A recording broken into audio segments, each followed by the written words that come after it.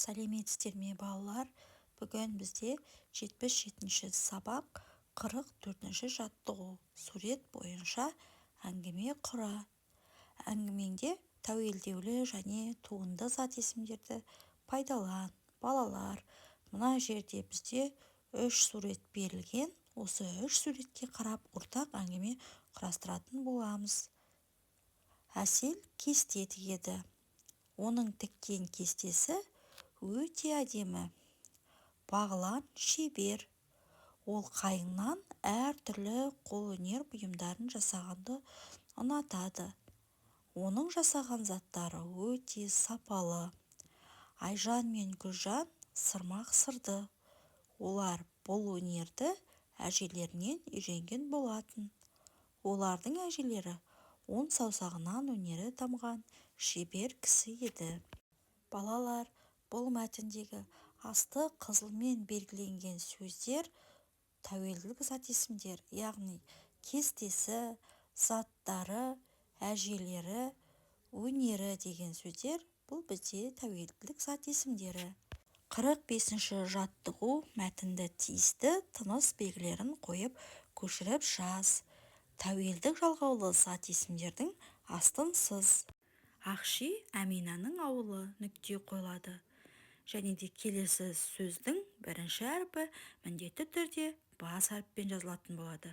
Ауылда ши өседі. Нүкте. Әмина бір бума ши әкелді. Нүкте. Шешесі одан ши тоқыды. Ши тоқу өнер.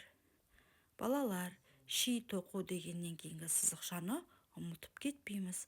Дәл осы сөйлемдерді қатесіз тыныс белгілерімен бірге көшіріп жазып аламыз. 46-шы жаттығу сызбадағы ши түрлерін дерек көздерден біліп ал. Ши ақ ши, ораулы ши және де шым ши деп үшке бөлінеді екен. Ши ұлттық үй жиһазы. Оның ақ ши, ораулы ши, шым ши деген түрлері бар. Ақ ши арнаулы ши өсімдігінен қабығы аршылып тоқылады. Ораулы шиді ақ шидің сыртына жүнді әртүрлі түспен бояп өрнектеп тоқиды. Шым ши тоқуда көбінесе оюдың композициялық құрылысының маңызы ерекше. Шым ши тоқуда геометриялық ою элементтері, мысалы ромб, төрт бұрыш, үш бұрыш, шыршадағы жұлдыз, көп бұрышты немесе сүйір бұрыштанып келетін түрлері бар екен.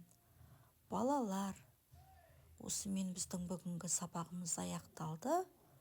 Видеоға лайк басып, міндетті түрде каналға тіркеліп алуды ұмытпаңыздар.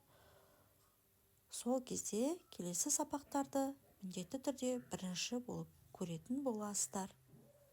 Келесі сабақта кездескенше сау болыңыздар.